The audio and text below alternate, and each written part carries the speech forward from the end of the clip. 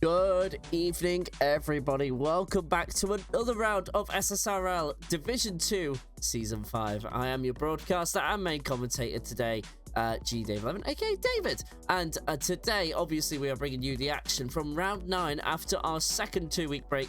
We have a couple of more to go. Let's go through the calendar thus far. It has been... obviously, the first 8 rounds are complete now, so we are over halfway in the season. It's Australia, China, Bahrain, and Suzuka to go, and then the final 4 in Saudi Arabia, Netherlands, USA, Miami, and a full qualifying to end in Silverstone and as well in Suzuka. At the moment, we have driver standings here. We have got Andy, of course, leading the way. Danger David, after taking the win last time out a couple of weeks ago in Monza, now up to second, but still 71 points to find. And, well, 8 races, anything can happen. But with Andy's form this season, that's going to be difficult to conquer. Then it's Danger David. Obviously, we've already spoken about fellow son dropping a few more points last week as well, only finding 10th place there. And it's Moksha, Pleasant Snake, Tabran, Jolly Boy John, Energetic, Kavachka, and Nasiri rounding out your top 10. Then from 11th to 15th, it is Mr. Welter, Flip, Quincy, Control, and Eugene. Then on page 2, it's from 16th to 20th, Enzo, Daryl, Tarkangino, Toby, and Falcor. Falcor, of course, having a retirement early in the race a couple of weeks ago, so hoping for better results here. Now, from 21st to 25th, it's Bavish, Race Chase, Sergeant Devsy, Evo, and Sir Ibo. Then rounding out your 30 drivers is Rolly, Trugster, Valentine, Quan, and Crank George. But in your constructors, well, Alpine have taken second place away from Sauber. Mercedes, though, leading the way by a dominant 52 points. Can Alpine perhaps start securing a late charge through the field? Red Bull and Aston Martin round out your top 5, and then a massive gap of 42 points into Williams in 6th, then McLaren in 7th, 8th is Haas, Racing Bulls 9th, and the Ferrari rounding out your top 10. But of course, here with me tonight is none other than the iconic, the wonderful Herman the German. How are you doing this fine evening? I'm flabbergasted. Thank you for that lovely introduction. I'm very well, and I'm hoping to see a great kickstart to our second half of the season here in Division 2 tonight. Absolutely. And just to talk about the track a little bit, 14 turns at a length of 5.28 kilometers, which rounds out to about 3.28 miles. The lap record here held in a race is a 1:19.813 in this configuration by Charles Leclerc in the SF24. And of course, it was originally opened in 1953, and actually it didn't have that much time in the limelight. It closed in 1953 due to political pressure, and then it didn't return. I think it was until 1996, which was, of course, when the famous Martin Brundle went flying at turn 3. And of course, the circuit uses everyday sections of road, as you can see here with the white lines here. And as the F1 drivers found out in the opening race of the 2025 season on the Sunday just gone, and compared to other street circuits, the surface is actually quite smooth due to the parts of the surface being rebuilt in preparation for the year of the return in 1996. And it usually, just for construction, it takes around the city around 2 months to prepare, and then 6 weeks to pack up straight afterwards. So a bit of fun fact there. But Herman, what is the critical thing to go fast around here? I think don't mess up your braking. One of the especially with the change from 23 to 24, as T-Burn has crashed it on the revamped section on the fast straight into the wall. I don't know how he managed to do that, but he was trying to avoid people, letting them through, and then steered a bit hard into the right-hand side wall. And that's the second driver out already. First one, Daryl, being handed a qualifying ban. He's serving already. Braking is tricky in this year's game compared to 23, and it always has been at this track, especially with the revamp of turn 8 to 9 into 10, where the chicane is gone, and you have to approach higher. You are approaching at higher speeds for the braking point into the high speed chicane. Also, the resurfacing for turn 3 and 11 are very tricky, and you can mess that up quite quickly if you don't consider yourself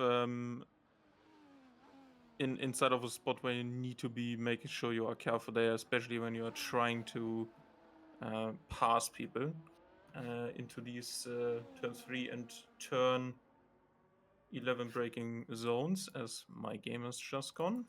Lovely. Ooh. Well, just so you know, Assertibo just came across the line. Of course, he's the first one out on a flyer. He came across with a 121.301. Hopefully, Herman can get his game back. But if you can't, just let me know, and then I'll share my screen with you. At the moment now, we are just starting to see drivers, well, a lot of them out on out laps, but most of them definitely on their flyers.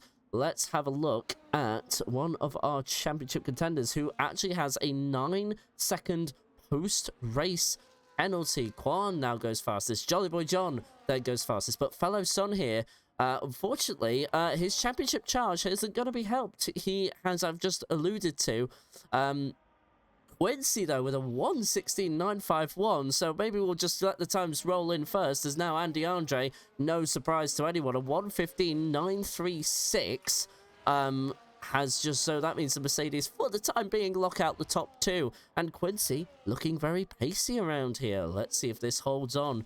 I got a bit of news from a little birdie that Andy did not finish on the podium last night in Division 1, so Andy might be looking to try and get a bit of payback here, and well, he has successfully been on the podium for the past 7 races. Of course, he did have a streak of 6 wins in a row before Monza, but could only manage a 3rd place.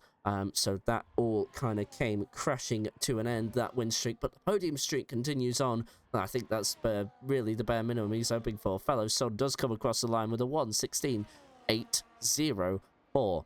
Now, of course, as I was saying about Fellow Son, a post-race penalty will be coming his way of about 9 seconds. There's no about it. It is a very certain thing. Unfortunately for him, that could really spell the end of his championship charge. In terms of Danger David, we still haven't had a time from the Red Bull driver. He's just going via Lakeside Drive now, so let's see, he's about halfway through the lap now.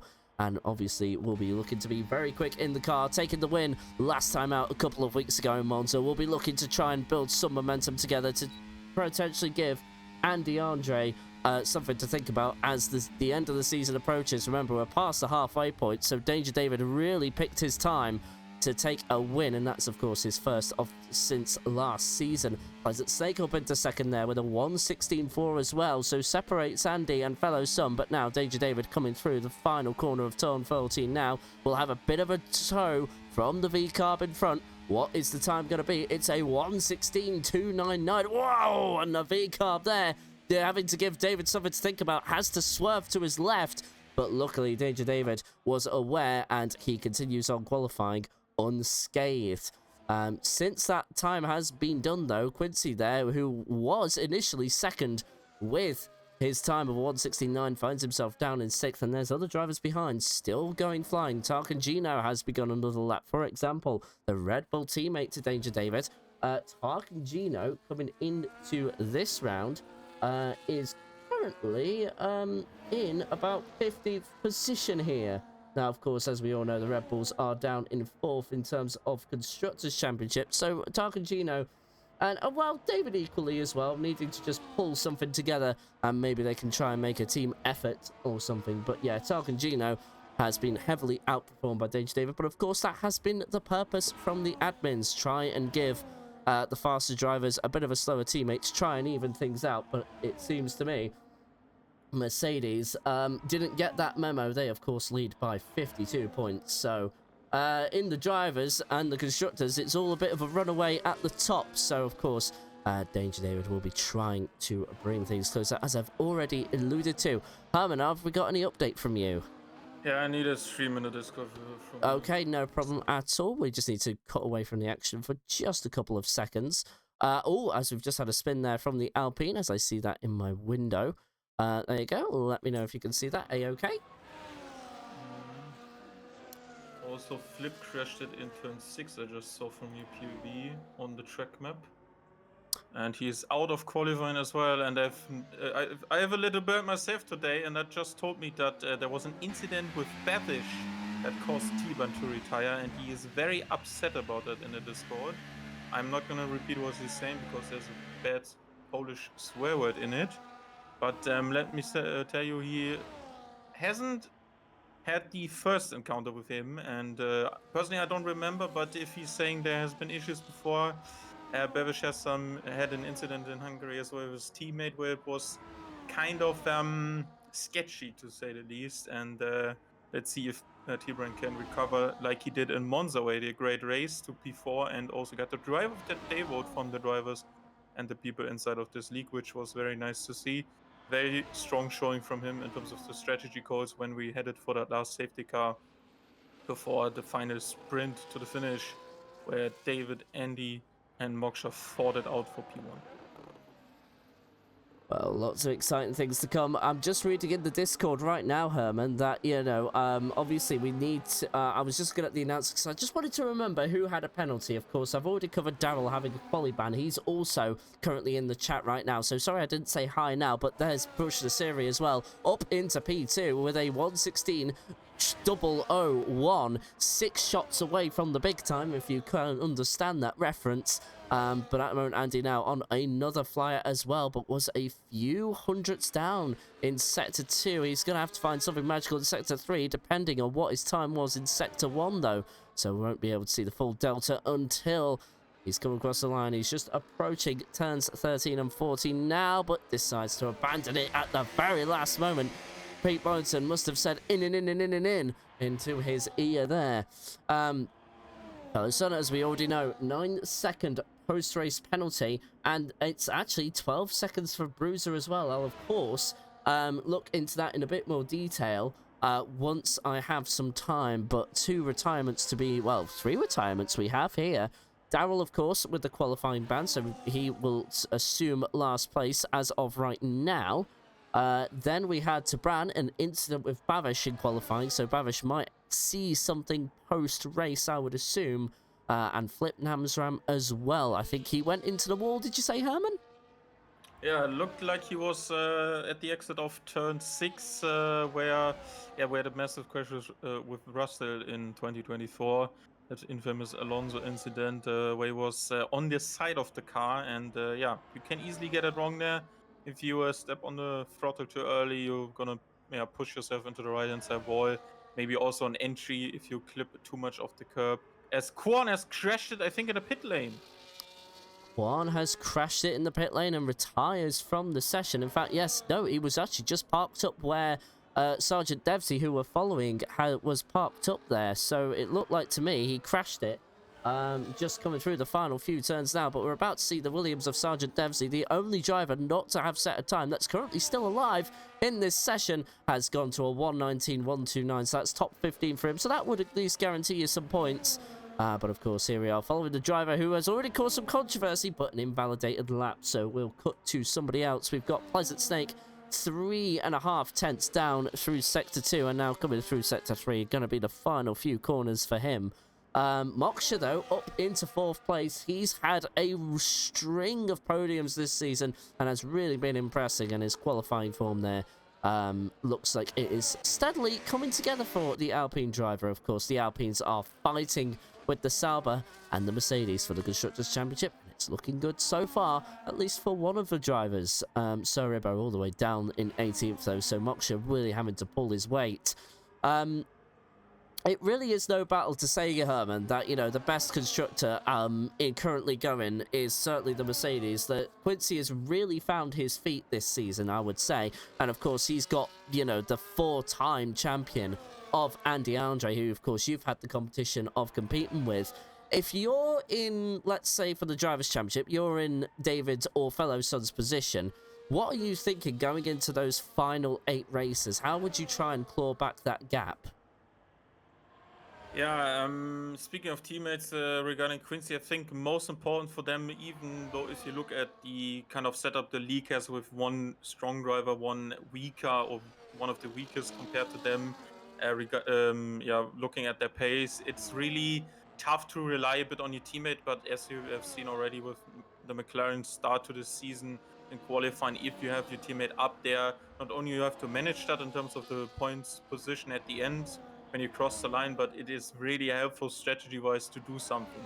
Sometimes it can be a hindrance when there is uncertainty with weather and stuff like this, but usually it can help you because you have like an ally that is maybe granting you an extra position, could be a buffer for DRS. That is not the case in the current format the league has, and only if the driver exceed their pace expected set by the admin team, including me, we look at how to balance that, which is usually not really possible if drivers keep improving or are even losing performance. So most of the things that can be done is just practice from these drivers. If you look at the personal level, as we've seen improvement by Takangino into P10, and David is right behind that starting lap. I think I saw that yesterday as well, where drivers were lining up for slipstreams. Only a couple of teams, as Andy goes to 15.555, very nice time, and is already 2/10 faster than his pole position time from yesterday, which was also in dry conditions. We have probably only really the assumption to make that maybe they try to find something that works in terms of race performance, because that is the most crucial thing for the drivers. So they really need to execute on how they want to set up the race, especially with mandatory two-stop, which is completely unheard of and is only tested by us really, which makes it a lot more interesting, but also harder to predict. And what kind of tire life you can expect from the tires is a given, because we have already had a season in on some of these races. But how that stacks up with safety cars, with weather, is really difficult to predict. So you just need to be there in the time when it matters the most, and that most of the time also involves working together with the guys you are fighting with, including Fellison and David. Fellison is going to be probably there and thereabout regarding the qualifying pace compared to someone like Derek who spanned for quali today. But 9 seconds is obviously gonna make him think about the long run. Like, safety cars are gonna hurt him. If he can extend, he should maybe on some tire strategies as he is crossing the line now. Let's see, up to 6, almost just over a 10th faster as we close down the final 2 minutes. So they need to be smart in their strategy decision, and obviously what kind of fight do you pick. And all of them should be thinking, okay, if it's Andy, we fight. If it's not Andy, we don't really need to, because we're still like, this is only the first race of the second half. You need to be having some sort of fight left basically at the end. And if they just start trading places or wins every time, and Andy's only third, that would be the best scenario, as Sebo invalidates his lap here in turn 2. So it's really all about race intelligence until the later stages of the season, because if you are not there to fight it after, let's say, round 12, then what's the point? So Well, speaking of putting things together, talking about Bavish, of course, he has got a bit of controversy overlying him. But, like, you know, before, let's say, last week, like, you know, Bavish had these string of DNFs. Now, don't get me wrong, he's not the only driver in here, as Danger David decides enough is enough, and he's not going to take any further part in the session. But Bavish now across the line, nearly made him live to regret that. 500 separating him, and Bavish has really been on good form recently. Got a points finish last time out in Monza, went from 5th to 6th while losing a position, but at least he didn't DNF, and that is kind of the most important thing. There's a cliched saying in motor racing, in order to finish first you must finish. And whoa, and Moksha going Tokyo Drift round turn 1, losing the rear end, keeps it out of the barrier, but for his qualifying, that will be it. The final lap ends at the first hurdle, and that will mean Moksha is 5th, but that we are pending on other drivers finishing laps. Let's actually go to Quincy. I think he is in front of the driver we were just on board on Snake, and here we are, Quincy through the final corner. Qualifying is complete. What can Rush the Series do as well? Lots of questions, and Quincy's up to 7th place. Pleasant Snake down by 2/10 towards the end of that. Moksha, where is he? 3 seconds down. So, of course, he actually invalidated. As I was just talking about there, so I really need to keep up. But it's now Rush the Series approaching the start-finish line now. Sergeant Devsey goes into the pits. There's another driver in front. That will be... I think that's... no, it's not Suriba. Where is that? I'm not sure. I think that's Moksha. Yes, so he's over to the pits. Rush the Series to the line now. What's the time gonna be? Oh, it is so close! Rush the Series in the Ferrari does a 1:15.570, 1500ths away from the current world champion Andy Andre, and that was a great time from the Ferrari, and maybe we have another new winner, and it would only, I think, be either... It would be our 4th different winner in the season. What a lap by Rush. Honestly, I didn't expect him to find 410s compared to yesterday. Also, both of them found some time, so maybe they learned something from yesterday, where Rush was also in P2 or in the top 3 at least. So, yeah, 610s to David, who didn't get a second run in, while Fellerson is beaten by Quincy as well, is quite surprising to say the least. And Moksha obviously also not getting a second run in. Some drivers maybe a bit on the edge, pushing too much today. Let's see what that means for the race. Absolutely. We'll go through our 20 drivers now. It's Andy in first, Rush the Series second, third is Danger David. Then fourth is Bavish. It's Moksha in fifth. As I had a bit of a skip there. Pleasant Stake sixth, Quincy seventh, Fellowson eighth, Jolly Boy John ninth. Then it's Tarkagino 10th. Then it's Eugene Kovachka, Toby Kwan, Sergeant Devsey rounding out your top 15. Then it's Big Bruiser, Ibbo, Flip, Tabran, and Daryl rounding out your top 20. And Tabran and Daryl not setting a time. Yes, that is your goat, Herman the German. He is my co-commentator, as I'm sorry. We've got someone in chat asking about you. Oh, there's rain again! Rain again in Melbourne! We have an exciting race here. But yes, of course, just for those that are new to the stream, yes, it is me, the commentator, that has been here for, what is 3 seasons now? That's crazy to think about. And Herman the German, only this season, has now become a co-commentator. And he actually does commentary on Division 1 as well. So in actual fact, I should really do... Herman in favour and shout him out. But then you stream on the Silly Season Racing League, don't you? Channel. Yeah.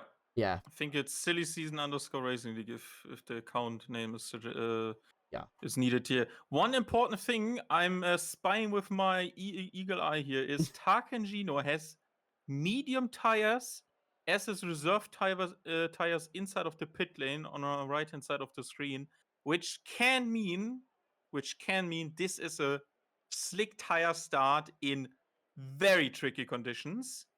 And I'm thinking we're going to see some gliding here in just a couple of moments' time. We are 2 minutes away from the start, Quincy just posted. So this is going to be an absolute bang, I think. Oh, here we go again. And it is...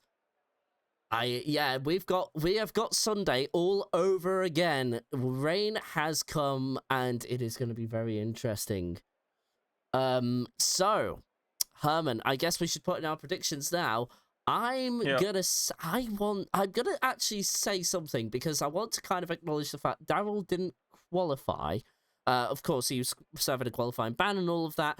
But I'm gonna say he's on for a top 10 finish because he's been doing very well. He recently made a switch to a controller, right? And he's really been knocking it out. He's been feeling very confident. So I do feel like Daryl is in for some sort of result. I don't think it's the podium. But I'm going to say top 5 for the Haas driver this week. So keep that one in the back of your minds. But in terms of the top 3, I think... Oh, I'm going to say Danger David for the win.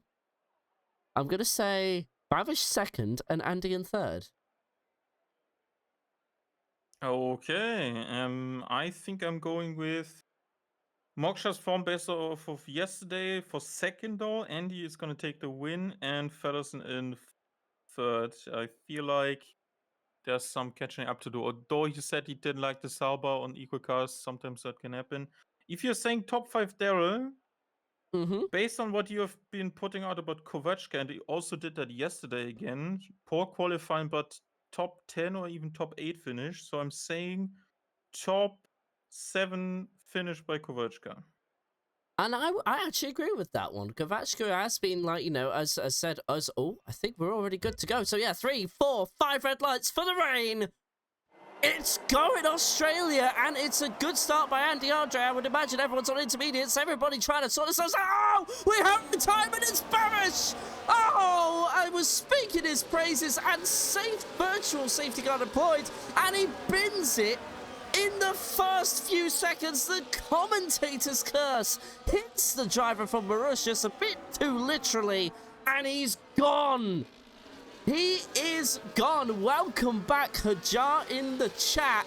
And that is gonna hurt. Babish goes back to the DNF column for another race, Herman.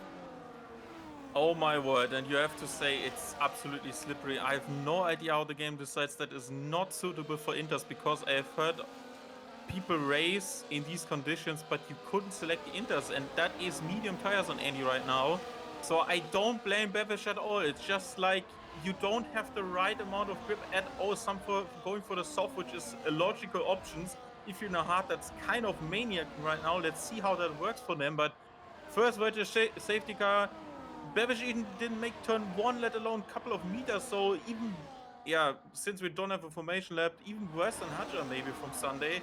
And in some sort of tricky conditions, you can compare probably, because the slippery, oily surface that has been talked about by the and Andy is off as well. Oh, the conditions are absolutely struggling. Sorry, Herman, continue. All good. Yeah, all good. Let's see. The restart is underway. Virtual safety car has been called, and I'm interested to see if there is weather on the radar, and with that I mean clearance, so more sun coming.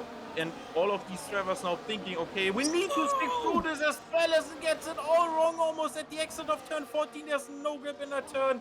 Almost in dry conditions already, as there's a side-by-side moment with Tark and Gino and Kovacs and Euge as he goes side-by-side with the Red Bull into turn 1 and 2, and they have now sorted themselves out. There's no DS available as of right now, because the first DS detection zone available for this second lap is going to be right after turn 6, and let's see if the in-game race director deems it as safe to race in these conditions, which was also funny on Sunday where we had intermediates and DRS.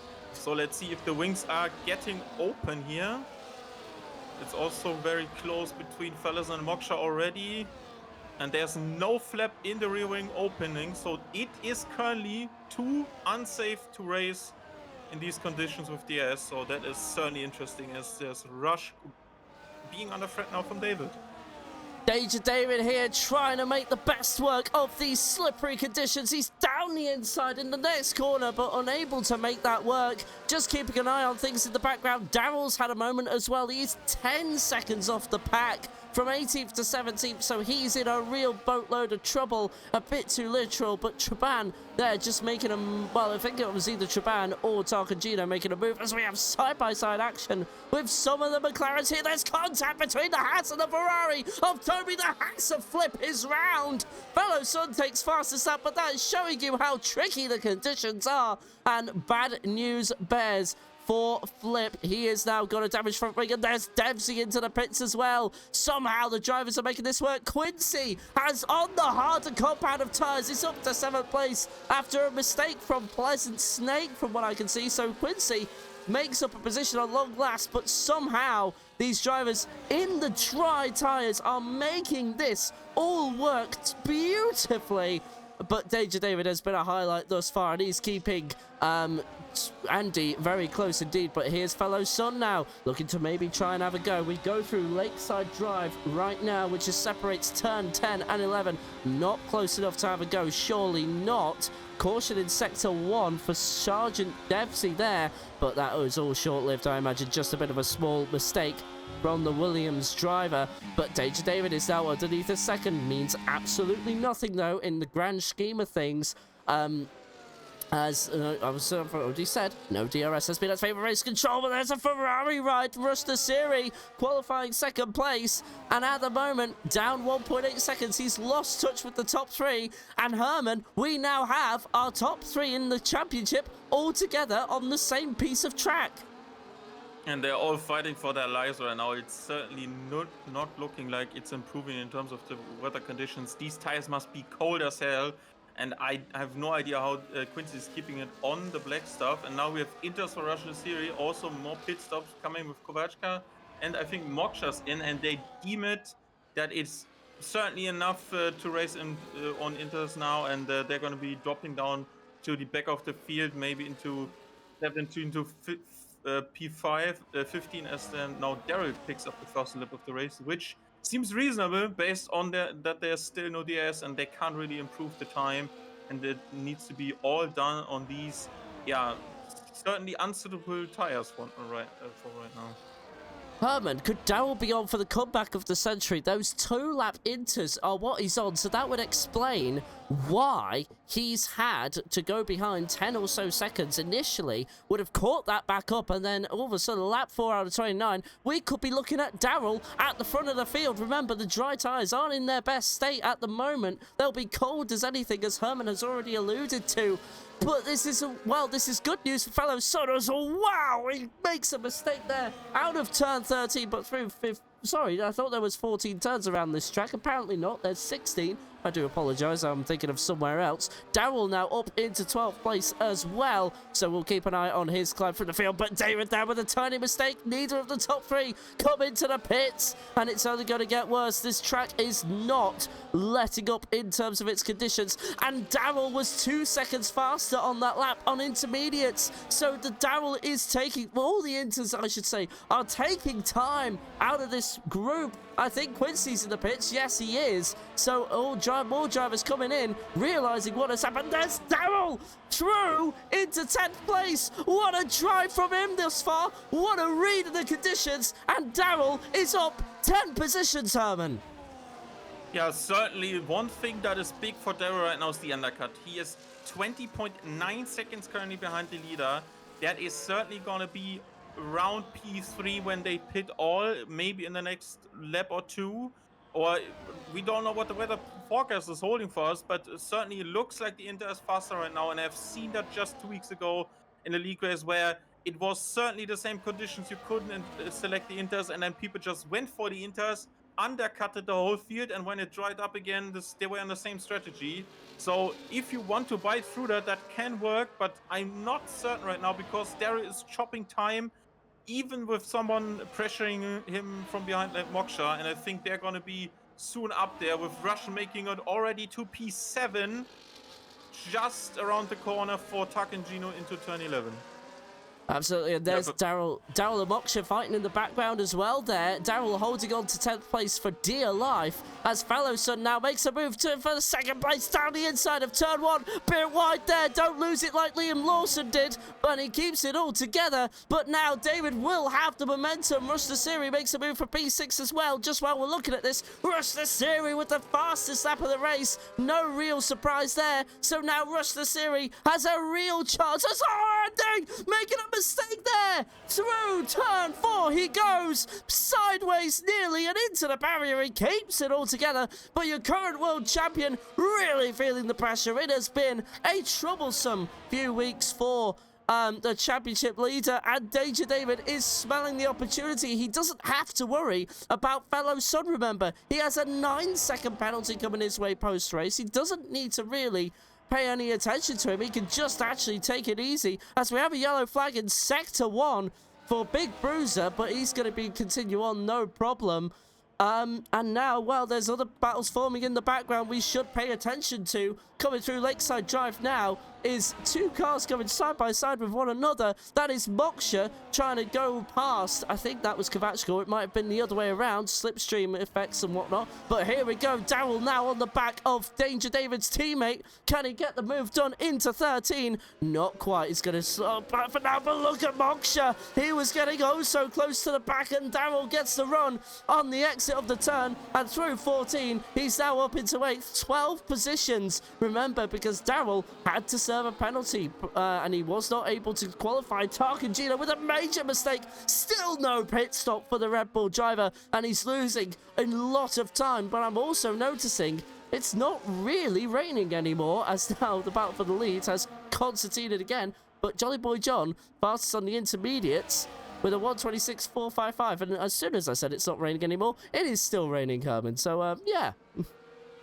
Yeah, Rush is picking away at the leader right now. He's at under 13 seconds now, and you have to remember, even in changeable conditions, or even if this race would be a full wet weather race, disregarding inters or forwards, we have the rule that you need to stop twice, as Rush is trying to go around the outside of T-Brand. Still no DS, so he needs to be doing that with all of his slipstream and straight line speed the car has to offer, but he's not trying that, putting DS to none, and he's waiting for the next opportunity, probably into the braking zone of turn 11, as he is following Aston Martin closely. Biggest thing right now for the top three is they're not gaining time on the inters compared to the inter runner, and they still need to pit twice. All of the inter runner, even if this doesn't work, T-Brand almost hitting the wall, he's slightly tapped it, there's no front ring damage to his left hand side in plate, but he's certainly feeling the cold of his tires, where he's just too slow in terms of acceleration and grip. And Rush is also making their next passes. Two of the top three are making moves into the pit lane, but that's a fresh hard set for Fellison and fresh mediums for Danger David. They are not thinking about the inters here, David. They are not. They must have information we are not privy to, because with that, Darrell is now up 14 positions up into 6th. He goes. He's just behind Eugene, who's in the McLaren. Sorry, I was nearly going to say Haas, but look at Eugene struggling with those cold tires, as Herman alluded to, with another drive with Tabran just a few moments ago. There's Kavachka and Fellowson battling in the background as well. Let's cut to that. Kavachka's in the front. Mercedes and Quincy onto the grass on the exit of the turn, and there's Danger David in the background as well. It's all kicking off in the land down under, and here we go now. So Darrell now will make his move for 5th position. What a drive so far, and remember, it is a mandatory 2-stop, as Herman has already said, so there will need to be a second pit stop in these treacherous conditions. And Kavachka, well, still hanging on to 8th for now, but I don't think he'll fight his teammate too much, as now Moksha does what Darrell did and follows through. And those are two drivers really on a heated charge right now, as now fellow Sonic Kavachka do battle, but it is Andy close. And Andy has now pit. So that means, where does this put everybody else? This will put Rush Siri to the lead. We know that much. What about Pleasant Snake? No, he's not pitted yet, so he's out the picture. So we're looking at Moksha and Darrell. In all reality, where are they? They are ahead of Andy. So Darrell is looking at, and Moksha as well, are looking at podiums. So this is an absolute great stuff. Darrell is incredibly motivated, and Danger David is in front of Andy as well. There's fellow son. Oh, his front left end plate, front right even, has gone. Oh my words, and some of his wing has gone with it. So that means fellow son is out of the race, as far as I'm concerned, at least out for the lead anyway, unless if a safety car is to come in. But trouble for fellow son already, Herman. And we're only on lap 9 out of 29. It feels like we've had a full race. Yeah, it's absolutely coming down here, not only in terms of the positioning, but also strategy. As DS is now enabled, it seems like the tire has gone through that phase, but yeah, Fellison maybe should have come in earlier or try the inters as well, because Rush is leading the race by some margin already, and he has done already his first pit stop. So as soon as the weather is clearing clearly and there's no damp on the track, just like we had yesterday, where the rain was completely gone, but for 5 more laps, even with safety car, the race track wasn't ready for slick tires at all. So Pleasant Snake, even if he pits now onto the next slick tire, he still needs to put in one more stop, as he actually in fact comes in right now. And Rush is still enjoying this, because this undercut he created is now the next automatic undercut to whatever the guys behind are doing, because they are still in need of that second stop with that. And there's basically just over 20 seconds almost to Andy right now, where he was also not looking, yeah, well, on cold tires, he can't be looking feisty into turn 3 after all of this group that is currently around him in P9 has just recreated a totally different order as there is currently in P4. Moksha brought him along, DS is now enabled, so if you're not in the DS train right now, you're also hurting your race even more, and T-Brand is just staying out there, but still needs to do two more stops at least. And I think Rush is in a prime position right now. Just needs to be making sure he keeps it on the black stuff, no time penalties or anything, or a spin even. And now Moksha has overtaking Daryl and is looking like he's gonna be taking T-Brand into turn 11 here as well to the outside. The S and defense to the inside, but braking is so much easier. The S is enabled, but it was just drizzling down the last couple of minutes as well. So track is not drying up immediately as well. So I expect at least two more laps to be seeing these drivers on Inters. And I stand corrected with Moksha heading into the pits after these two overtakes. And Rush is in as well. Absolutely. Andy does not come into the pits. Obviously, a few drivers, we need to look at pit stop totals. So Kavachka has done his 2 stops. Fellowson has done his 2 stops. Danger David takes fastest lap of the race and is your new leader. But somehow, Andy, despite all of that mix-up, is still in 3rd place. Of course, Danger David and Andy still need to do their stops respectively. But now, Tabran is your new leader of the Grand Prix. Now, of course, one thing outstanding for Tabran is that he has not made his 2nd stop. Remember, 2 stops are mandatory in this race. And, well, he's certainly doing a very good job as things stand right now, so certainly surprised to see him up there, but still, it will be a welcome sight for him. It's not what he is used to a lot of the time, but now a few drivers making their 2nd stop. One I'm currently looking out for, obviously, let's have a look. I'm just trying to think, who can we keep an eye on in this late stage of the race? Obviously, the track's now drying up. Danger David finally looks at that finally looks at that DRS, but didn't quite keep the gap underneath a 2nd for long enough, so he'll have to wait till the start-finish line, which is where the next DRS zone is. Fellowson, though, making a move on the Ferrari of Toby for 12th place, and then Quincy as well. And Kavachka. Oh, Kavachka with the DNF, and safety car deployed! Oh, well, Andy and Danger David are given a free get-out-of-jail card. And, well, oh, Danger David into the back of the Aston Martin! Oh, my words, and that might have caused a concertina effect in the pits. And, no! Danger David is disqualified, Herman! That is so unlucky. The second he stopped because of the rear end collision into T-Brand, he stopped for too long. Obviously, probably a bit surprised by how slow he was going, and then he just parked, and the game decided that is unsafe and that he blocked the pit lane, and now he's disqualified 20th after this one. And yeah, Rush is obviously in this one, and he got a free lifeline. I was looking at his gap, 9 seconds to the leader that was T-Brand just a couple of moments ago, and he was looking like he could finish. And now Andy as well as Moksha and Pleasant Snake, who are on fresh medium tires, they have an advantage right now, especially for tire warm-up, as we are probably changing to more warmer conditions inside of on this racetrack soon. But yeah, you have to say that the hard tire is very doable and it can work here, as Rush has also received a drive-through penalty. Yeah, there's a drive-through penalty for Rush. So Andy is effectively leading because T-Ben has just done his 1st stop.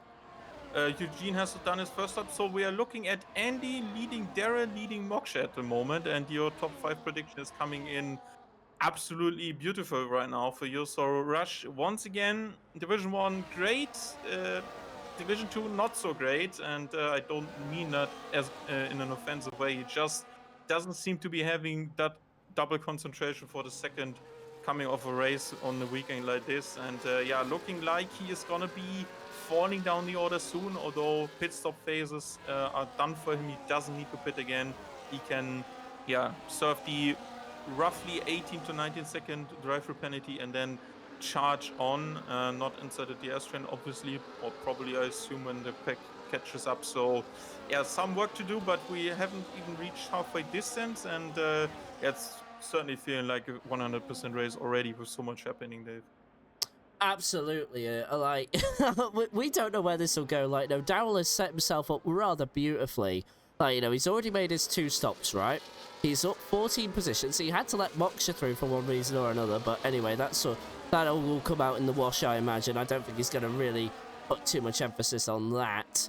Daryl's tyres are very much assured to go to the end, so it's not going to be much of a problem for him. Those mediums are going to go for Moksha, but like, you know, the longer the safety car stays out, that really works in the case of Moksha. But we should be going under racing conditions at the end of lap 13.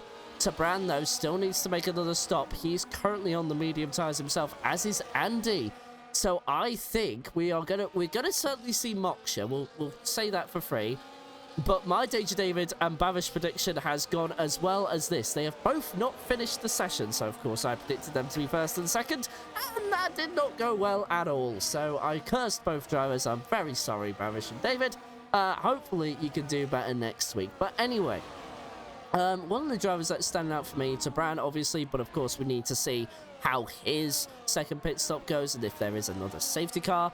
Quincy was saying earlier in the announcements this track will claim lives, and I don't think he quite intended it in to take Bavish so quickly, but it certainly did.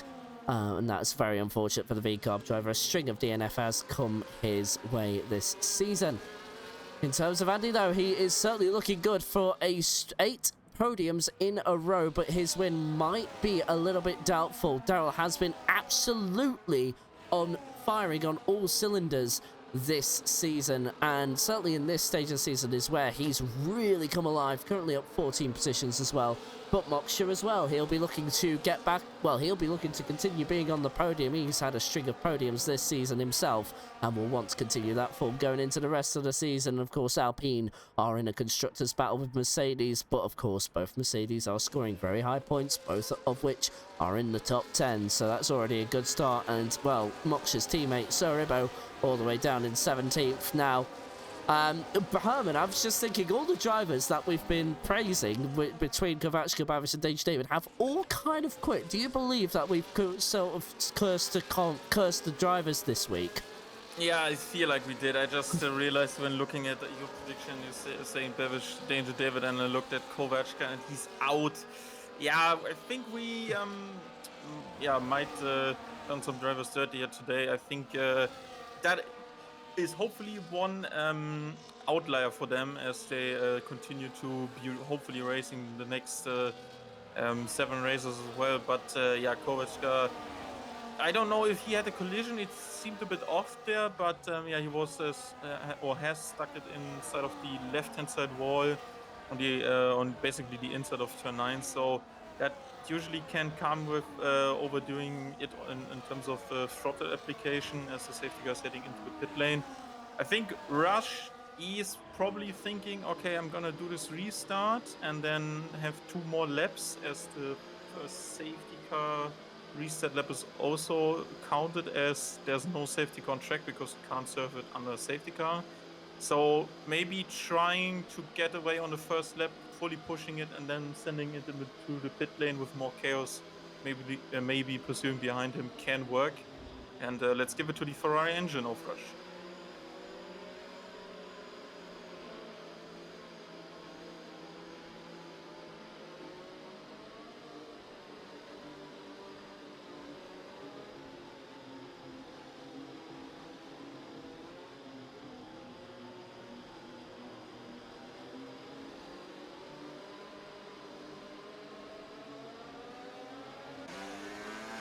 And the lead was instantly switched to Tabran because Rush Nassiri wants to serve his drive-through penalty. Hopefully no penalties come other people's way, but Tabran just going on the exit of the final corner, and sensibly so. Andy now up into second place. What about everybody else, though? Kind of just staying in line, thanks to Rush Nassiri. He's now all the way to the back of the field. Has Rush Nassiri served a pit stop? Yes, he has, so that didn't count. Oh, Rush Nassiri trying to be smart there, but it hasn't worked out at all. He's on fresh medium tyres and has just done his 3rd pit stop, and maybe unintentionally so. Unlucky for the Ferrari driver, but then again, he might have done that on purpose. I think Herman did allude to that earlier, so my bad there, as now Eugene gets another 3-second penalty for track limit violations. And at the moment, everybody just kind of staying in formation for the time being. Of course, things will get chaotic next up when DRS is activated. But a lot of drivers looking pacey. As soon as I say that, though, Fellow Sun gets past the admin of Quincy, but Fellow Sun was a bit wide on the exit of turn 12 there, so that might give Quincy the one he needs, as now Moksha and Eugene go battle for 3rd, but there you go, Quincy unable to get that position back. So Moksha now up into third as well, and as soon as I very much said that, things started happening. So I'm definitely carrying some sort of curse today. I'm not going to try and say anything further. Rush the series with a 3-second penalty for track limit violations. Just so everybody knows, that safety car graphic is a glitch. It has been there since the beginning of the game, as Moksha somehow takes fastest lap of the race. He might have had a bit of a slipstream advantage, I'm not sure, but there we go. That's how the turntables have turned in this instant. Andy still 3/10 behind. Now remember, Brand still needs to serve a second stop. Andy and some of the drivers behind do not. Pleasant Snake still needs to serve a pit stop, if you just have a look at this very quick, as does Sir Ibo, but that's all the way down for 16th. And Rush the Siri does now come into the pit lane to serve his drive-through penalty, and it will just be unfortunate he has lost so much time by doing that, Herman. Yeah, that was certainly not timed correctly. I was thinking that you can't do it on the safety car in lap, but you still have only 2 laps. I don't know why it's not working. There's Moksha goes to second into the high-speed chicane. Nice move on T-Brand. And now there's a DRS advantage for him, and he can stay in front with T-Brand looking feisty, but there was no way getting past that. I mean, as he gets it all wrong into the braking of 11, and now there's an opportunity for both the Aston Martin and the McLaren, but he is putting the car in the right spots here, Moksha. Immediately correcting that mistake, and he now needs to get the Aston Martin once again on the straight soon, because Andy is probably seeing this as he puts in a fast lap, and he's getting away if he's not careful.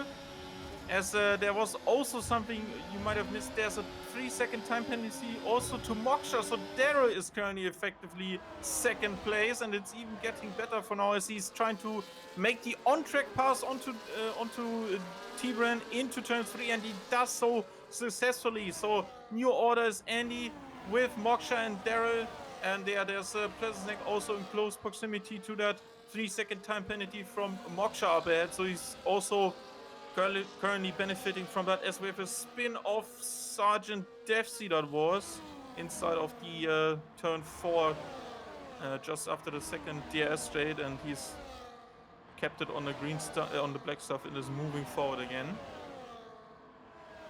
I just want to say as well, I'm seeing Daryl drive, and he is looking like he's having the drive of his life. And of course, for reasons I am not allowed to say, I can certainly see why, because he is racing for one of his siblings this evening. And it is absolutely amazing to see that Daryl is just on fire and motivated. Remember, he was not able to qualify. He got a ban. And it was very unfortunate. He had to start all the way at the back of the field. But now he has worked his way to the front throughout the entire evening. And now, with 12 laps to go, he is looking at, well, essentially he's secured second place on paper. But of course, he's got nearly over 3 seconds to the leader. And he would just love to get something. And just to do this on track, it would mean oh so much to the Haas driver. So keep an eye on him, but he has still got competition behind. Fellow Son is catching up, but he has a 9-second post-race penalty. Doesn't have to worry about him either. Here we go, though. Again, as we approach DRS zone number 1, as Rush the Series with the fastest lap of the race there takes it away from Andy Andre. That was a 1:18. But here we go. Daryl round the outside through Lakeside Drive, and he gets the move done. What a move that was. Very safe and very secure indeed. But now, will the Alpine have to fight back going through the next zone? No, because the activation zone counts. The activation point counts for 2 zones, so that is Daryl up into second place rather handedly. And, well, Herman, do you think he can catch those 3.2 seconds up to Andy, or is that just a bit beyond the Haas driver? I think that's going to be tough. The longer the race goes, the more advantageous his tire situation will come. So, compared to the rest behind, he should be trying to get them into fights because they wear the tires faster. Speaking of wearing tires faster, it seems like Fallison is not getting to grips with his Haas right now. They were fighting so much, but he couldn't close down the gap. Still has stayed roughly the same with 1.52 seconds, as now Jolly Boy John tries to get one down the inside on Fallison, but isn't so sure under braking and couldn't complete the move, as they stay in 7th and 8th respectively, disregarding the time penalty the Aston Martin has, as Quincy is still with them, and they might be changing positions on this straight as Fallison gets a 3-second time penalty himself, and Quincy is now up all the positions because Eugene has 9 seconds already. As also there's another time penalty for Rush. Let's see if the Mercedes wants to get a move around the outside, just like Antonelli, and gets both of them. Huge move by Quincy for the race, and he now maybe has an opportunity to get into the top group. If they continue to fight like this, Daryl is still leading this train from himself down to Snake. And if they continue to race and battle with each other, then these two in 7th and 8 are going to be there soon, as there's a move by Ferguson on the inside of turn 13, but it is a horrible line to take through 14. And now the DRS advantage is going his way, as there's a pit stop by someone. That is Moksha. Moksha is pitting for fresh new tire, and that is very late into the race. Might be off the podium altogether, as he needs to fight 20 seconds into the later stages of this race. Well, so they're right in the grass. I don't know how he got away with that, but I just wanted to mention Quincy, after getting 2 into 1 through Lakeside Drive, was then absolutely mugged when it came to the start-finish straight. He had no answer, of course, no rear wing to open, and that meant, sadly, he was victim to the 2 cars behind. But let's see this again. Quincy from 8th to 6th. Can he repeat what he did last lap? Very unlikely if his battery isn't there. Here we go, though. You see the Aston Martin in front get past fellow Son, and now what about Quincy to the inside of turn number 12 there? No, 11 through to 12, but couldn't get the move done. Had to back out of it in the end, but remains within half a second coming into turn number 13 here.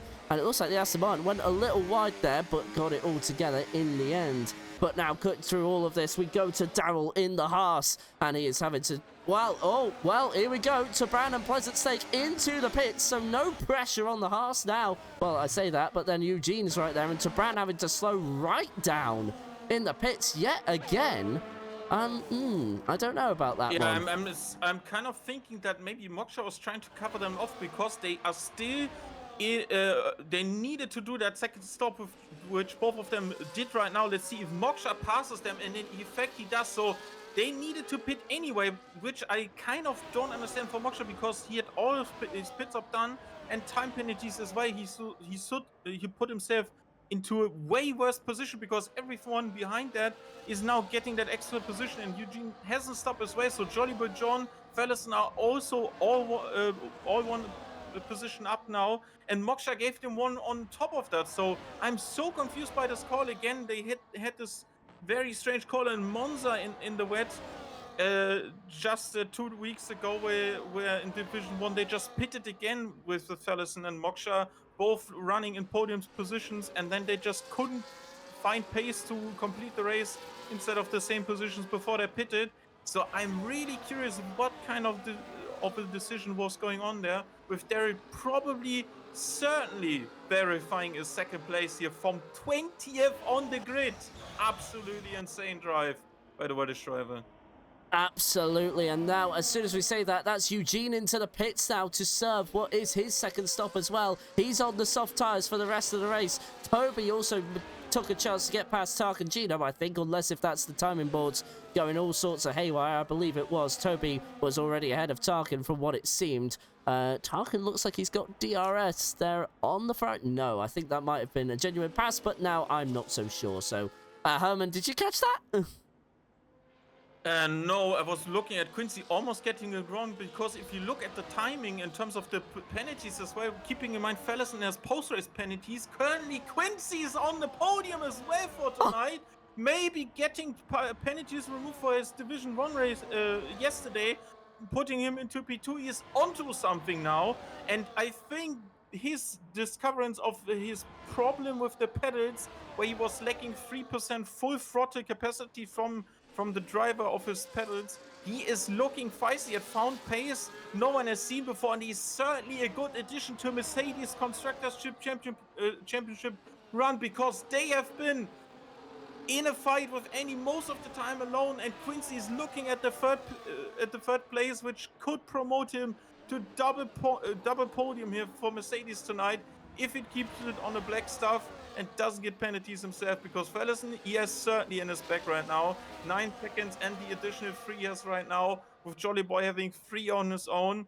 So he just needs to be making sure no mistakes, keep it clean, and stay behind them, because that DRS advantage in the dry is a second per lap with 4 DRS zones as they approach the third part now, where the second detection zone is just now, and he's inside of that very comfortable. So he is going to be using that open DRS flap in the rear wing to his advantage, although he's not looking like he's passing very, very soon. So Quincy onto a banger as well. And he was only up 2 positions. He will be up a total of 4 at the end if it stays like this. So absolutely great drive as well from him tonight. Great drive from a lot of drivers, especially Andy, who didn't finish on the podium last night in Division 1. So this has been an excellent comeback and really sealing the fact of why he is a 4-time in a row world champion here in SSRL. His championship rivals have really fallen to the wayside. Of course, Danger David having to retire earlier on as Rush the Series with another 3-second penalty there. He's all the way down in 13th place. So really, that doesn't affect things too badly.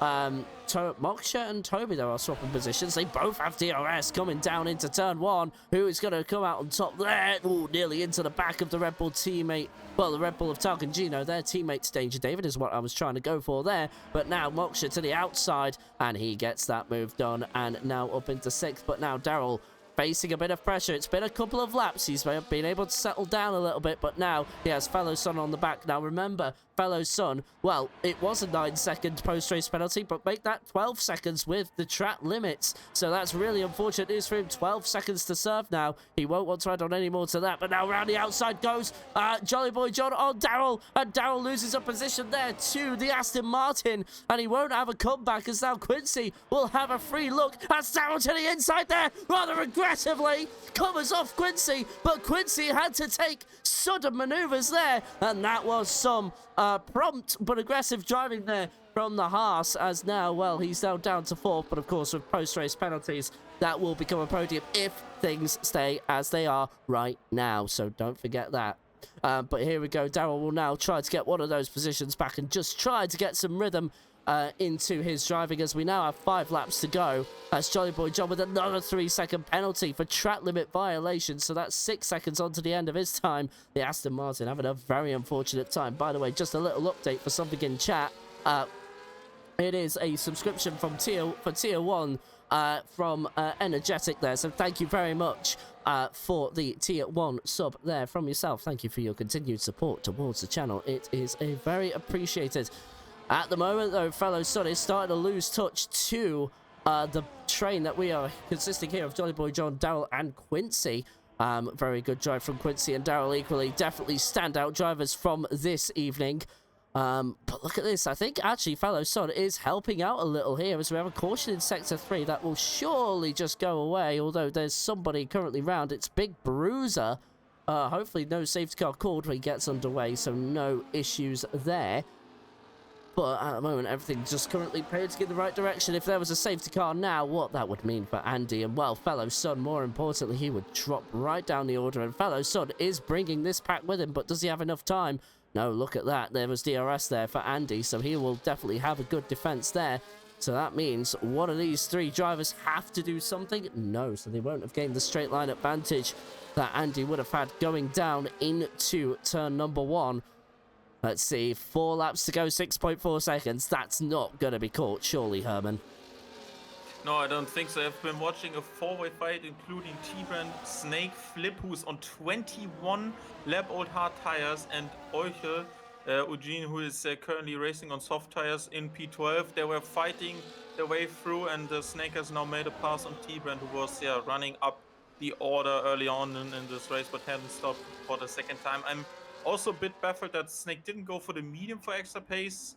His hards are 5 laps old when he pitted the same, or the lap after Moksha did, who's currently in 6th and probably losing maybe his 6th position also to Tarkangino and Toby Lenzen if he isn't careful enough. So yeah, certainly good run here for these drivers fighting it out, but yeah, Flip has a tire disadvantage, and after that both of them just got away, and yeah, T-Brand is getting dragged along as now Flip is fighting, or has been overtaking, even that wasn't really a fight there, by the McLaren driver as well. And yeah, I didn't have Takangino bagging the most Red Bull points on this evening on my bingo card, I have to say, but very strong drive by him.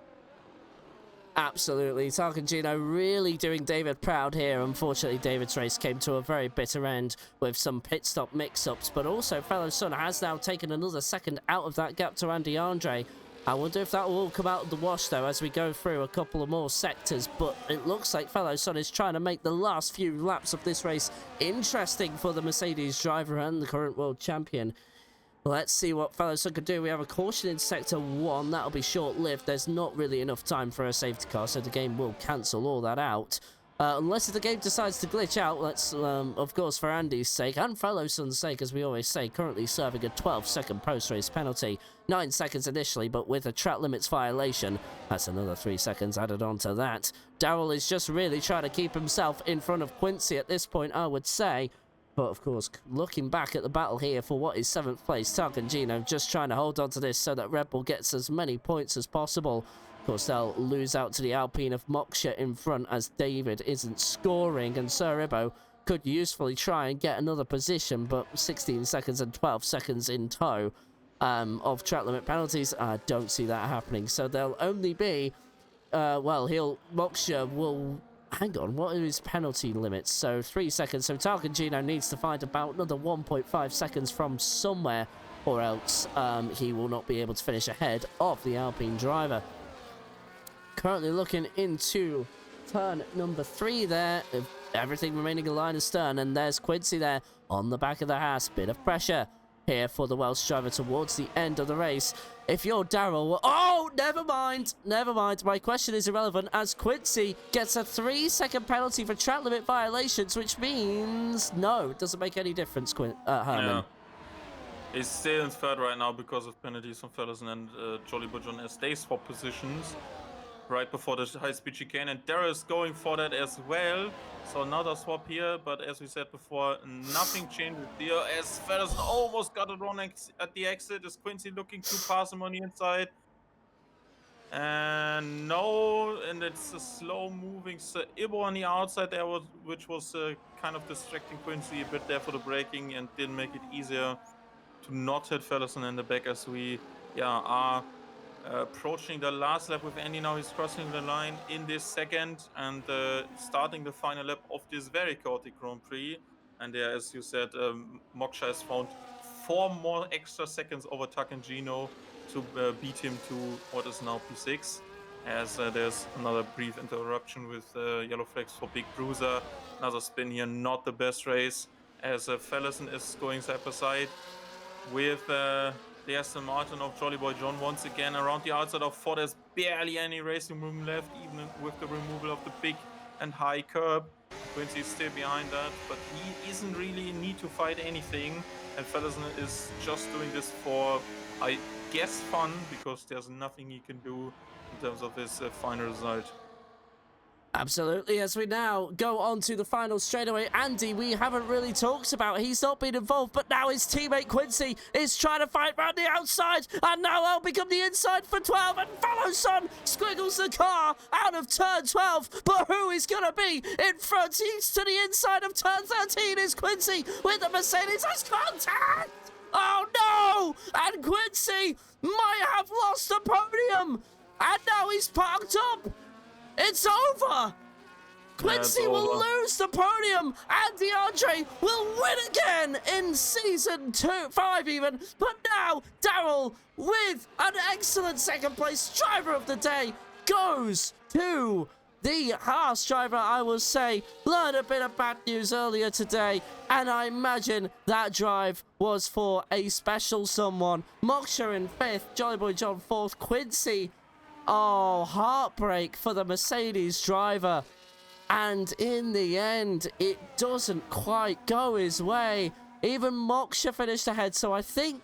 Wait, I think that means Jolly Boy John is now 3rd, Herman. Yeah, certainly. That's a podium for Jolly Boy John. I'm quite curious why Quincy went for that. Like, why risk it at all? Like, there was a certain P3, and now he's down to 6 and might even not be... Yeah, probably still behind Ferguson, but that was so unnecessary for both of them. Like, why fight that out when the positions are settled. Like, I guess, as I said, for fun somehow, but this was so unnecessary in my eyes, especially from Quincy, where the position was certain. Like, they had more penalties than him basically already.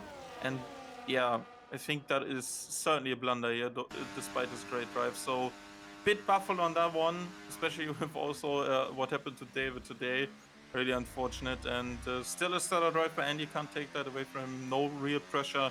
And obviously, the man of the day, Daryl, taking the drive of the day here in game as well, and should be getting the vote from the drivers inside the server as well. Huge race, and did everything right with that inter undercut early in the race. Lap 2, he even went onto them, and then he was just in the driving seat as we watch Andy take another top step, his 7th out of 9 inside of the season. And that's just yeah, I think there's nothing in the way of Andy realistically that can take away this next championship. And yeah, you will be going for 4th on the bounce.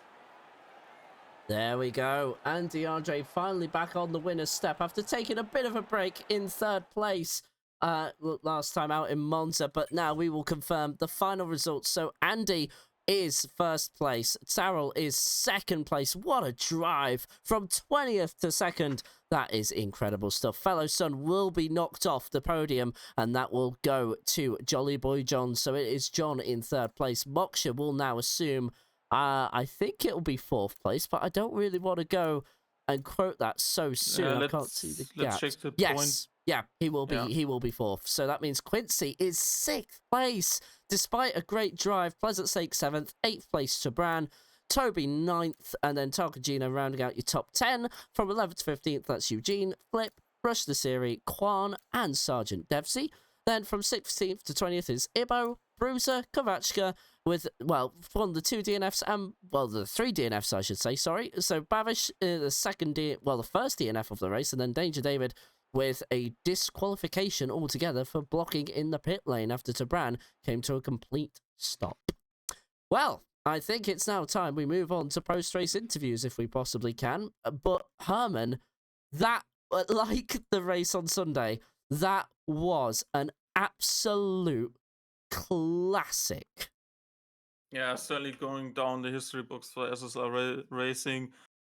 What a chaotic start. There was like no DS from lap 2 on, and I think you can certainly think that there's a chance for intermediates. Derek took it, Rush took it, and they were in prime positions to manifest a good result here.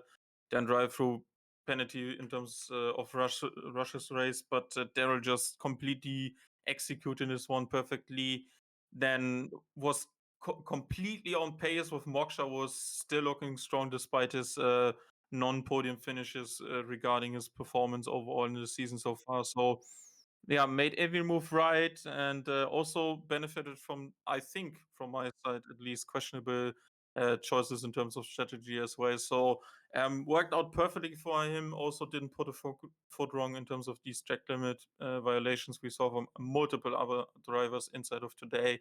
And even when the phase hit where we were going to try transitions, he didn't leave it too late or risk at all his position. So yeah, certainly interested to see what his kind of thought process on the start of the race was, which we all know right now inside of the no formation lap format we have, that you just get a feel of the track the second the red lights go out. And as we've seen, Babish didn't get such a good grip of the racing start. So there was so many things you can get right in this or in these kind of races, and I think Daryl ticked all the boxes today.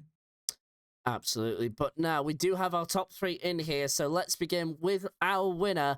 And DeAndre, congratulations on what was an emphatic win. Absolutely no trouble happened to you. Maybe a bit of trouble within the pit stops and as the track turned from wet to dry. But apart from that, after a certain point, we just really didn't see you all that much.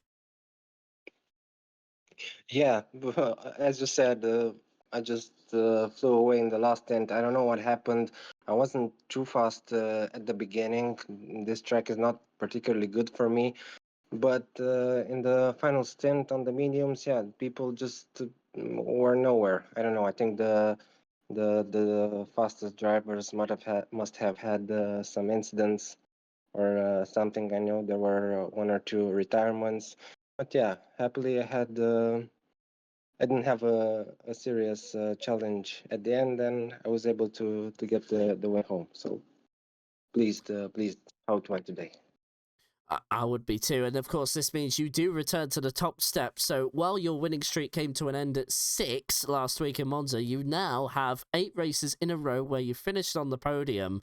And it's been an absolute joy to kind of watch you, like, be best of the rest for a large amount of this season. I mean, did you put any practice in? Because I know that you were saying, like, this wasn't your best track. I heard from Herman you didn't finish on the podium last night. So going into the race with it being wet, what was your mentality like? I was expecting, to be honest, a bit more trouble than I had yesterday. A lot of the other drivers were a lot faster, and I had big trouble in the wet. But yeah, somehow today it came together a bit better. I did some tweaks in the setup, which really made the car feel a lot better, and it just really draws my attention to the fact that I have to put a bit more effort towards the setups from now on, because usually I just get whatever I can online and stick with it. But it made a lot of difference. The tweaks that I made, the rear was a lot more stable. To the sector 3, I think it is chicane. Yesterday I always had to lift for the second part, but today I just could go flat out to the second part, and it really made a big difference. So yeah, I think that's part of the reason. But uh, another explanations I don't have, because I really didn't do much practicing today. Just a few qualifying attempts before the start. Thank you very much. Well, I'm going to pass on any further questions to my wonderful co-commentator, Herman and German.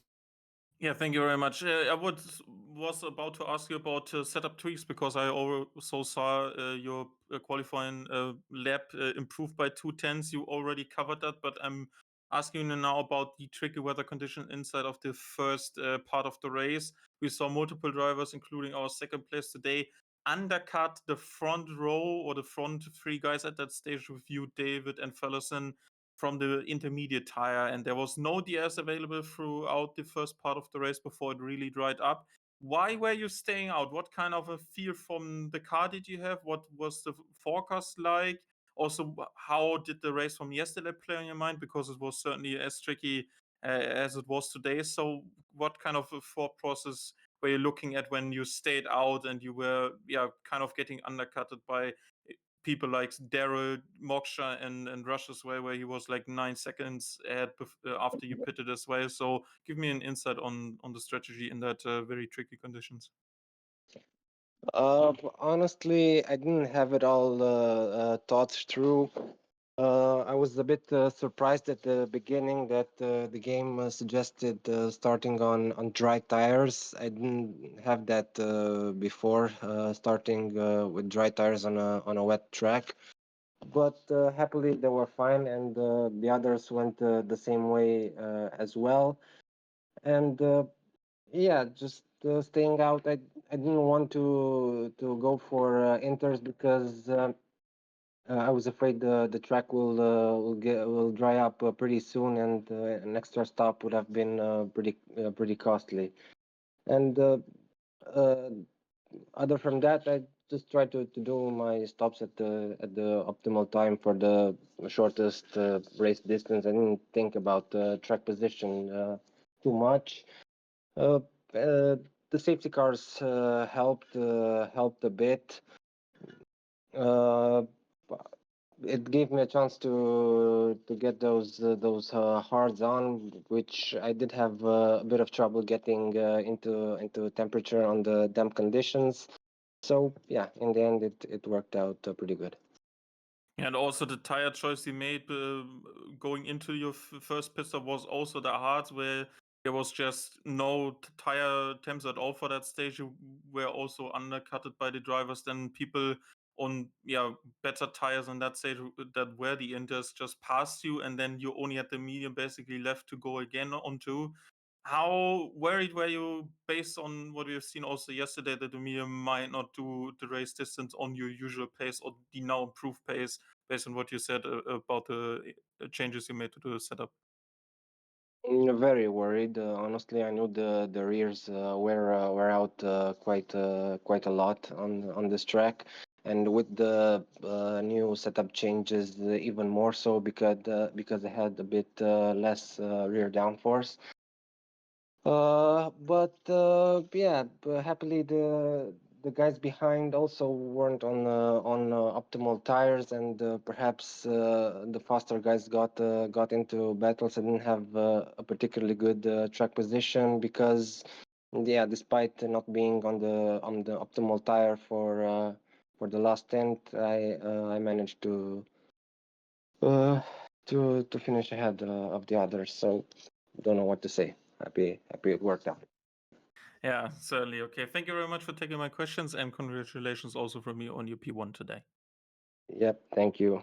See you next time. Congratulations from me as well, Andy. And enjoy the rest of your evening, and we'll see you next week. And now, well, it is my Yeah, absolute thanks. pleasure to welcome our second place driver, and I think will be everyone's driver of the day from P20 to P2. Congratulations, Daryl, on a podium. An emphatic drive, and I imagine there was some emotion behind it as well, as you told me earlier on. What was your mentality like going into the race and knowing you had the quali ban and P20 was your starting position? To be honest, finishing on the podium, but I didn't expect to finish P2. On the end of lap 1, I pitted for the Inter tyres, and I thought I've made a mistake here because no one's gone into the pit lane. But yeah, it worked out really well. Absolutely, and I guess as when was that moment that shift happened? Because you said you weren't expecting P2, you expected the podium. When was that shift in your head, which is like, wait, this is actually possible now? What lap or what moment in the race did that click for you? About lap 9. All right. And just kind of going into the strategy side of things, what was sort of your thinking there in terms of everything? Like, what was like the engineer telling you, and like what was going through your head at that point in terms of strategy? Did you just play it by ear, or did you plan something out? Well, when I went onto the Inters, my engineer was telling me to box for the medium tyre, so I just completely thought no. And then I went on to the hard tyre and then stopped again under the safety car for another hard. And then, came home in P2. Brilliant. I might have taken Herman's question there, but if you do have any questions, Herman, now's your chance. Yeah, obviously looking at how you've been talking about making a switch in terms of your input device soon, do you feel like you might be losing pace soon if you want to switch from a wheel to want to switch the wheel from your current controller setup? Because you certainly have been putting in amazing races after you come back from your injury. So what is the rest of the season looking like for you if you want to stay at this level of performance you have? Because P20 to P2 is no slouch here. So Yeah, I need to get a wheel, to be honest. From China onwards, it's going to be very, very hard. So just try and get a top 5, really, till the end of the year, hopefully. okay, looking forward to that one. And also for me, congratulations on your P2 tonight. Thank you very much, guys. Short and sweet as always from Daryl. Thank you so much, driver of the day, and P2 from P20. Have a good night. All right, and last but not least, Jolly Boy John. Congratulations on the third place. It looked quiet from our side of things, but I imagine your race was anything but. Just take us through that. What even happened there, to be fair? I was not expecting that. Like, Australia is hands down one of my worst tracks. So I was going for a top 8, top 9 finish. But yeah, when I've seen it like the last 8 laps, there was 5 of us, and obviously Felsen had a penalty. So like, this is on. Here we go. But those track limits, man. Like, I thought I blew it. And then obviously Quincy getting his penalty out of nowhere. Did not expect that, but yeah, it was exciting race. Put it that way. And you say that, in the 5-car battle that, that was when it all clicked for you. So I guess, like I asked Daryl, when was that moment when you were like, okay, let's go for it? I think it's when so there's a couple of people ahead of us. I didn't realise they hadn't stopped yet. As soon as they pulled into the pits, I seen there was P4. I was like, right, here we go. This is it. It's a chance. It's been about 2 seasons now. I'm trying to fight for this podium. So obviously my eyes lit up and I thought, here we go. Just keep it on the road. Keep it out the white lines. We'll be fine. But that didn't last long. Right. And any further questions, Herman, you may take over? Yeah, I'm also thinking about how you managed to have this fight with the guys around you, even though the penalties obviously were at that stage. And then, yeah, you have to say Quincy hitting also the inside of Fellison on the last lap, spinning him, made you basically guarantee that his third spot today. So the fights obviously were still intense, I imagine. And obviously, this 4-way fight behind Andy that has basically checked out before. How did you manage, or how was the management going from your side in terms of, okay, I don't want these guys to get away if they have more pace, which is kind of hard on the track, but sometimes that can happen if there's a slip and these conditions from start to finish weren't really enjoyable, I imagine. So what was that kind of intensity you picked for these battles? Because one move you might be in the gravel, you get another time penalty on top, you drop down further, and obviously fighting brings in guys from behind. Although there was a tougher gap today for Moksha to fight back into the top 5. So what was your intensity level? Were your elbows out brawling with the other guys, or did you just wanted to pick the positions when there was a clear path to a DRS overtake into the high-speed chicane, for example? To be fair, the game plan was follow Felson. He's got the pace to keep it going, so I kept him behind him until he caught up with Darrow, sorry, and then try to overtake them because also I had that 3-second penalty at the point. So I thought if I can keep up with Felson, he'll drag me along and hopefully we'll get away for the other two, Quincy as well. But fair play to the lads. I mean, Darrow on a controller smashed it, and Quincy had a class race. They kept up. And obviously, the last 2 laps, Felson's going to fight for pride at the end of the day, so I wasn't going to back out of that. So I thought I'll give it a go. Got ahead of him, then obviously that second last corner, I seen Quincy go, and I was like, "This is it. Here we go. We've got it." But yeah, I always want to fight people. I'm never going to back out of that. Okay, good to hear, and looking forward to the rest of the second half. Congratulations again on P3 tonight. Cheers, boys. Absolutely. Congratulations from myself as well, and we look forward to seeing you next week. Cheers, lads. Thank you. Alrighty, Herman, that's it. A classic comes to an end. I don't want to sign off. I would like to see more racing, but all good things must come to an end. However, just to go through the calendar, next week we are obviously in China, then it's Bahrain, and then Suzuka for a full qualifying session before our final 1-week break. Then, of course, we conclude the season with 4 races from Saudi Arabia, Netherlands, USA, Miami to be specific, and then, of course, a final full qualifying in Silverstone. Herman, I think after tonight, there is just no doubt Andy is going to be champion sooner rather than later. We're just really counting down the days at this point. Yeah, certainly looks like it, and yeah, I'm looking forward to the next part of this third out of 4 quarters in terms of our calendar. China, one of my favorites, and Bahrain, and as well as Suzuka. Great race is probably coming up. If you have some rain in Japan, then it's going to be spicy as well. And although it's not famous for overtaking, it's going to be also fun to watch in terms of qualifying laps with that Q1, Q2, and Q3. So this, yeah, kind of mirrored section of this calendar to what we have right now in the real world is yeah, is looking good, to be fair, and I think we are gonna enjoy another certified banger maybe next week. I'm looking forward to it, absolutely.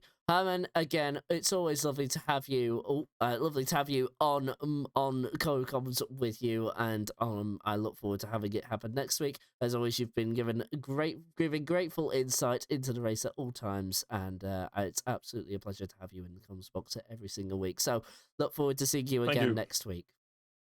Yeah, look forward to seeing you again as well next week. Brilliant. All right, Herman, any final words before you go? No, I just hope we get more people on the podium that haven't been. just like Jolly Boy John, and I'm kind of certain we will be seeing that maybe sooner rather than later, and maybe in 7 days' time in Shanghai. All right then, Herman, I'll see you again, and I'll sign everything off here. Thank you so much again. Bye-bye. Bye-bye. And with that, guys, Herman signs off for the night, but now I will take the pleasure of signing off here as well. We'll snooze the ad break as there is no time left in the evening. But guys, as always, for those of you that watch, from the admins, the co-commentators, and myself, and the drivers, of course, thank you so much for being here tonight, and thank you for gracing us with your presence. If you have been lurking, or even VOD watching and chatting, you are all welcome all the same. But we will be back next week in China, and that should hopefully be another classic if we do have some wet weather. But if we don't, I'm sure it'll be a good race all the same. From all of us here at SSRL, we wish you all a very good morning, good afternoon, good evening, or good night. Stay safe, stay alive. We'll see you next week at 7:30 p.m. GMT every Tuesday. Bye for now.